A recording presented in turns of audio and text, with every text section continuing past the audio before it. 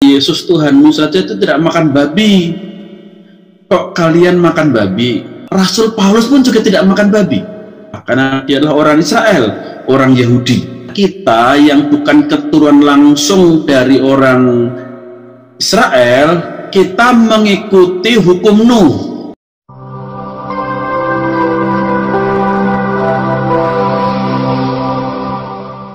Shalom sahabat Lentera Injil TV. Kita berjumpa lagi dalam program Anda Bertanya Teolog Menjawab. Dalam program ini saya selalu ditemani oleh rekan saya, sahabat saya, yaitu Lentera Injil. Shalom Lentera Injil. Shalom Pak Pendeta Ferdi Mangaribet. Shalom juga para penonton setia Lentera Injil TV yang diberkati Tuhan. Kiranya damai sejahtera Tuhan atas kehidupan saudara semua. Amin. Amin, amin. Puji Tuhan. Gimana kabar hari ini, Lentera Injil?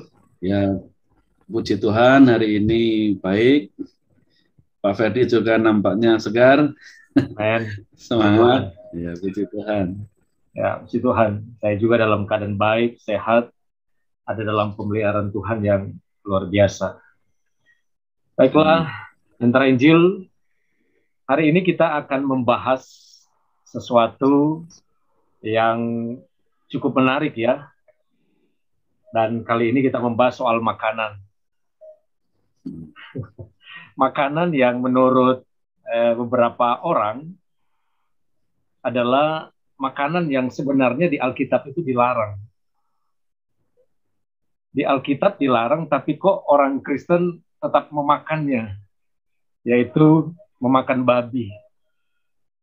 Nah, pertanyaan diskusi kita hari ini, kenapa orang Kristen memakan babi, padahal di dalam Alkitab itu dilarang? Nah, kira-kira gimana Lentera Injil menanggapinya? Ya, baik. Ya, Pak Ferdi, pertanyaan yang sangat menarik dan mungkin juga ini menjadi pertanyaan bagi orang-orang Kristen sendiri.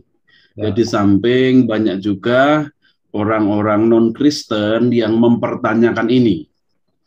Apalagi seperti kalangan Advent, lalu ada juga kalangan Muslim yang mereka tidak makan babi. Ya, kalau Muslim tentu saja dasarnya kitab suci mereka, kalau Advent dasarnya dari Perjanjian Lama, kitab Taurat.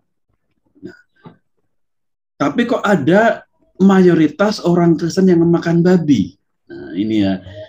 Maka kemudian banyak yang bertanya, kenapa sih kok orang-orang Kristen makan babi? Nah, seringkali kan juga ditanyakan, Tuhan Yesus saja, Yesus Tuhanmu saja itu tidak makan babi. Kok kalian makan babi? Kalian pasti tidak ikut Tuhan Yesus. Nah, kemudian seringkali yang menjadi tuduhannya adalah Rasul Paulus. Mesti ajaran Rasul Paulus ini yang mengatakan atau yang mengajarkan orang Kristen itu boleh makan babi. Nah, saudara, sebenarnya Paulus mengatakan bahwa masalah makanan dan minuman itu tidak berpengaruh ya, dalam kerajaan surga, ya, kerajaan Allah. Dalam pengertian jenis-jenis makanannya. Yang berpengaruh adalah makanan itu didapat dengan cara apa? Ya, itu sebenarnya yang berpengaruh di dalam kerajaan surga. Namun saudara, kita perlu tahu bahwa Rasul Paulus pun juga tidak makan babi. Ya, Rasul Paulus pun walaupun dia di kalangan non-Yahudi, dia mengajarkan bahwa makanan tidak berpengaruh apa-apa, tidak menentukan keselamatan, tetapi dia sendiri juga tidak makan babi. Kenapa? Karena dia adalah orang Israel, orang Yahudi. Gimana itu? Maka Rasul Paulus pun juga tidak makan babi. Ya, jadi dasar tuduhan bahwa kalian makan babi itu gara-gara ngikutin Paulus. Paulus pun juga tidak makan babi. Tidak bisa dituduh sebagai atau menjadi biang fitnahnya ke Paulus. Lalu kenapa sih orang Kristen kok makan babi? Apakah orang Kristen melanggar Perjanjian Lama? Nah, di sini ya saudara, sesungguhnya kita perlu tahu bahwa aturan mengenai tidak boleh makan babi itu hanya dikhususkan bagi orang-orang Israel saja. Hanya bagi orang Israel saja dengan keturunannya. Darah keturunan Israel saja yang dilarang. Ini dibuktikan dengan firman Tuhan yang dari kitab Ulangan pasal 11 ayat 1 sampai dengan 4. Pak Ferdi bisa membantu untuk dibacakannya. Imamat ya, sorry bukan Ulangan ya. Imamat ya. Imamat ya. 11 ayat 1 sampai dengan ayat keempat. Demikian firman Tuhan. Lalu Tuhan berfirman kepada Musa dan Harun, katanya kepada mereka, katakanlah kepada orang Israel. Orang Israel. Ya, begini. Inilah binatang-binatang yang boleh kamu makan dari segala binatang berkaki 4 yang ada di atas bumi. Setiap binatang yang berkuku belah, yaitu kukunya bersela panjang, dan yang memamah biak, boleh kamu makan. Tetapi inilah yang tidak boleh kamu makan dari yang memamah biak, atau dari yang berkuku belah, unta karena memang memamah biak, tapi tidak berkuku belah, haram itu bagimu. Nah, jelas sekali bahwa konteks ayat ini adalah ditujukan kepada hanya orang-orang Israel, keturunan dari Bani Israel, ya, Bani Israel itu yang terikat dengan hukum Musa ini. Maka Yesus tidak makan babi karena dia keturunan Israel dari suku Yehuda. Jadi sebelum Paulus boleh makan juga sama. Ya, dia tidak makan karena dia dari suku Benyamin. Nah, lalu hukum apa yang mengatur orang-orang Kristen yang bukan dari suku Israel? Nah, mari kita baca dalam Kejadian pasal 9 ayat 1 sampai dengan ayat yang keempat. Kejadian 9 ayat 1 sampai 4 firman Tuhan demikian. Lalu Allah memberkati Nuh dan anak-anaknya serta berfirman kepada mereka, beranak cuculah dan bertambah banyaklah serta penuhilah bumi. Akan takut dan akan gentar kepadamu segala binatang di bumi dan segala burung di udara, segala yang bergerak di muka bumi dan segala ikan di laut, ke dalam tanganmulah semuanya itu diserahkan. Segala yang bergerak yang hidup akan menjadi makananmu. Aku telah memberikan semuanya itu kepadamu, seperti juga tumbuh-tumbuhan hijau. Hanya daging yang masih ada nyawanya, yakni darahnya, janganlah kamu makan. Ya. Ayat yang ketiga jelas sekali ya, bahwa segala yang bergerak yang hidup akan menjadi makananmu. Aku telah memberikan semuanya itu kepadamu, seperti juga tumbuh-tumbuhan hijau. Artinya kita yang bukan keturunan langsung dari orang Israel, kita mengikuti hukum Nuh. Ya, jadi segala yang bergerak, semua jenis binatang itu boleh dimakan. Nah, jadi ini adalah penjelasan yang jelas. Nah, bagi orang Israel sendiri, mereka mengkategorikan orang-orang non-Yahudi yang tinggal di wilayah mereka, itu mereka boleh mengikuti hukum Nuh ini. Jadi orang-orang Israel sendiri tidak menghalang-halangi orang-orang lain yang bukan orang Israel untuk makan binatang seperti babi. Bahkan di Israel sampai sekarang ini ada banyak peternakan babi. Bahkan sampai ada asosiasinya, asosiasi peternak babi di Israel. Walaupun itu tidak tujuannya dijual kepada orang Israel, tetapi tujuannya dijual kepada para turis, ya, para pendatang dan orang-orang Israel, orang-orang non-Israel, orang-orang yang bukan keturunan berdarah Israel yang tinggal di Israel. Yang sangat besar. Ya, peternakan babi di sana sangat maju. Bahkan mereka juga bisa mengekspor keluar. Nah, ini menunjukkan bahwa orang-orang Israel sendiri itu memahami bahwa hukum Musa mengenai larangan makan makanan yang tidak haram itu hanya berlaku bagi mereka dan keturunan mereka. Ya. Hanya saja di sini dikatakan hanya daging yang masih ada nyawanya itu yang dilarang untuk keturunan Nuh, yakni darahnya janganlah kamu makan. Nah, untuk memahami ayat ini sebenarnya itu juga perlu kita pahami, ada orang mengatakan begitu makan darah yang dimasak tidak boleh. Nah, kita perlu mengkaji dari bahasa aslinya, yaitu bahasa Ibraninya. Nah, bahasa Ibraninya itu berkata demikian, ayat yang keempat, Akbasar benafso damo lo tokelu. Tokelu itu dikata okel, artinya makan. Ya, benafsu itu nefes, hidup, sedangkan basar sendiri artinya adalah daging atau tubuh atau daging. Nah, kalau diartikan sebenarnya ini terjemahan kata per kata itu lebih tegas daripada terjemahan bahasa Indonesia. Ya. Akbasar itu lebih kepada menekankan jaminan, pasti. Ya, kamu harus mempunyai jaminan bahwa daging yang bernyawa, berdarah, tidak kalian makan. Jadi makna dari akbasar benafso damolo tokelu ini mempunyai arti bahwa yang dilarang untuk dimakan itu adalah daging binatang yang masih hidup atau yang masih mentah dan masih berdarah. Ya, dari kata ini sebenarnya maknanya seperti itu. Jadi dilarang seperti semacam kanibalisme atau binatang buas yang memakan daging masih berdarah, mentah-mentah, digigitin itu ya. Itu yang dilarang sebenarnya di sini. Nah, konteks ini juga harus dipahami kenapa Tuhan mengizinkan atau alasan Tuhan mengizinkan manusia makan daging binatang. Latar belakangnya adalah di pasal yang sebelumnya, itu pasal yang ke-8, bahwa begitu Nuh bisa mendarat, lalu tanahnya sudah mulai mengering dan Nuh bisa turun ke bawah. Langkah pertama ketika Nuh sudah mendapat kelegaan bisa turun dari bahtera, langkah yang pertama dia adalah membangun sebuah mezbah, kemudian dia menyembelih binatang, lalu binatang itu dikorbankan, dibakar.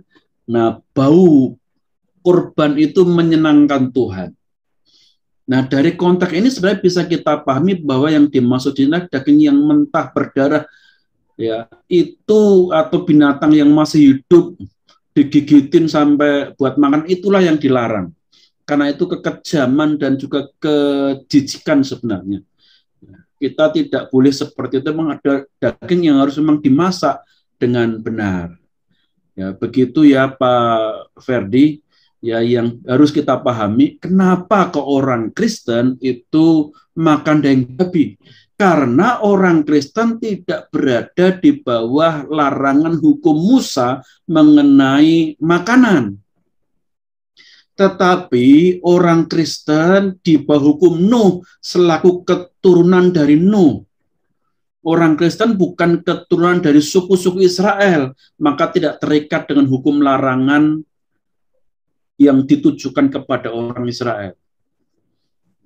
Hukum yang mengikat orang Kristen adalah hukum Nuh, ya, di mana yang dilarang adalah makan binatang hidup-hidup dengan darahnya yang masih mengalir, daging yang masih mengalir mentah-mentah dimakan.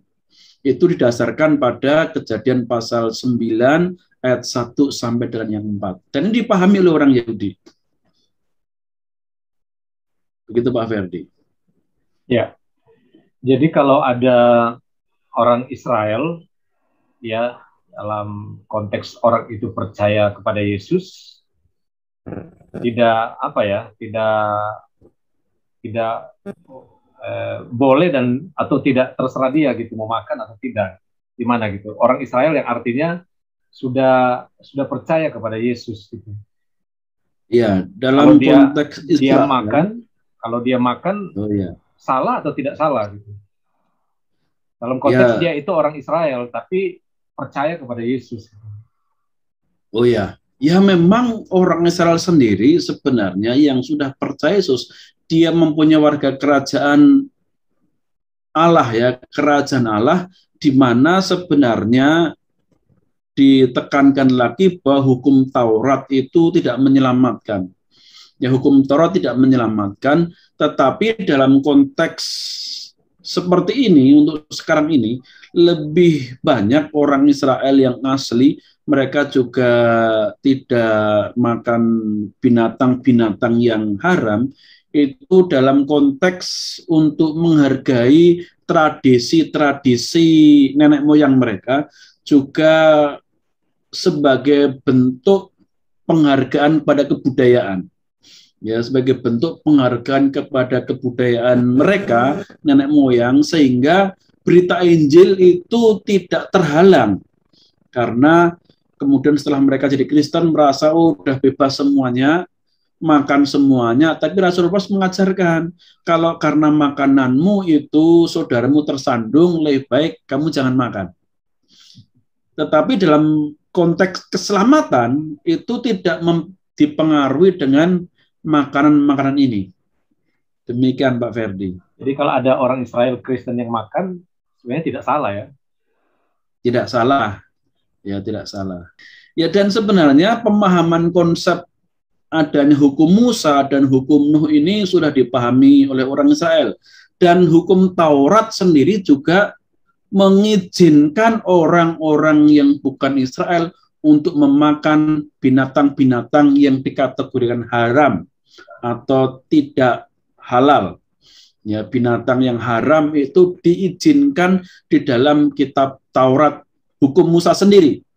Ya, itu bisa kita lihat di dalam kitab Ulangan. Kitab Ulangan pasal 14. Kitab Ulangan pasal 14 ayat 21. Bisa Pak Ferdi bacakan? Janganlah kamu memakan bangkai apapun, tetapi boleh kau berikan kepada pendatang yang di dalam tempatmu untuk dimakan. Atau boleh kau jual kepada orang asing, sebab engkau umat yang kudus bagi Tuhan Allahmu.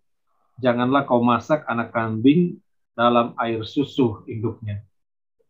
Ya, jadi di sini jelas sekali bahwa kalau orang Israel mempunyai ternak atau memelihara binatang, binatang itu mati tapi belum membusuk, kalau ada orang non-Israel yang tinggal di antara mereka,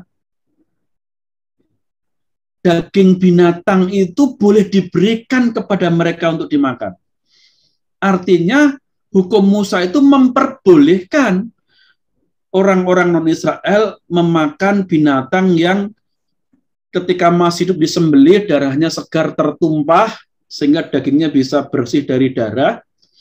Ya, ternyata di sini untuk orang non-Israel dibolehkan binatang yang mati dan tidak disembelih, diizinkan bahkan sebagai alat untuk membangun komunikasi ramah tamah kepada penduduk yang bukan non-Israel dengan diberikan.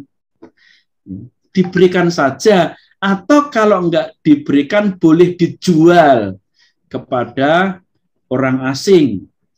Ya, orang-orang asing, para pendatang itu boleh makan binatang yang tidak disembelih dulu ketika masih hidup. Ya, di mana biasanya binatang-binatang yang sudah mati sebelum disembelih itu kan darahnya sudah banyak yang mengental dan berhenti di daging, di dalam daging yang masih menyatu dengan daging. Walaupun dibersihkan sebersih apapun, nggak mungkin itu bisa lepas semua. Nah, kalau orang Israel nggak boleh itu, harus disembelih, darah dicurahkan, hanya dagingnya saja yang kemudian dimasak. Tapi untuk orang-orang non-Israel itu diizinkan, diperbolehkan oleh siapa? Oleh hukum Taurat sendiri. Hanya saja yang tetap dilarang nanti dalam ayat-ayat selanjutnya dikatakan kalau memakan darah, ya itu yang masih tetap dilarang untuk di Israel. Hukum Musa tetap mengacu pada hukum Nuh. Orang-orang asing yang tinggal di Israel tetap tidak boleh makan binatang yang hidup-hidup, yang masih ada darahnya, ada nyawanya, ya, itu tidak boleh dimakan. Tetap aturannya sama, karena Israel, karena hukum Musa ini mengacu pada hukum Nuh. Ya, begitu Pak Ferdi yang bisa saya sampaikan. Ya, karena ada pernyataan seperti ini, bahwa harusnya kalau belajar melihat dari konteks perjanjian baru, kalau bisa dikatakan seperti itu, harusnya orang Israel itu katanya sudah tidak ada larangan lagi untuk memakan babi, karena di Israel itu katanya dikenal dengan hukum Musa ini bisa dilihat dari beberapa konteks. Yang pertama itu hukum moralnya, hukum seremoninya, dan beberapa yang lainnya. Dan dikatakan bahwa yang berlaku sampai hari ini hanya hukum moral saja, yaitu jangan berzina, jangan membunuh, jangan menyembah ala lain, dan seterusnya.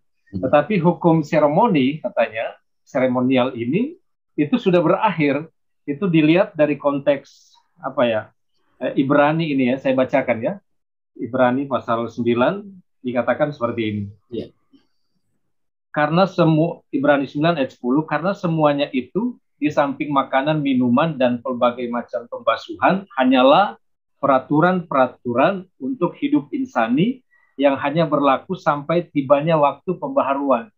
Jadi artinya hanya tiba katanya sampai waktu pembaharuan itu, dan waktu pembaharuan ini diartikan ketika Yesus mati.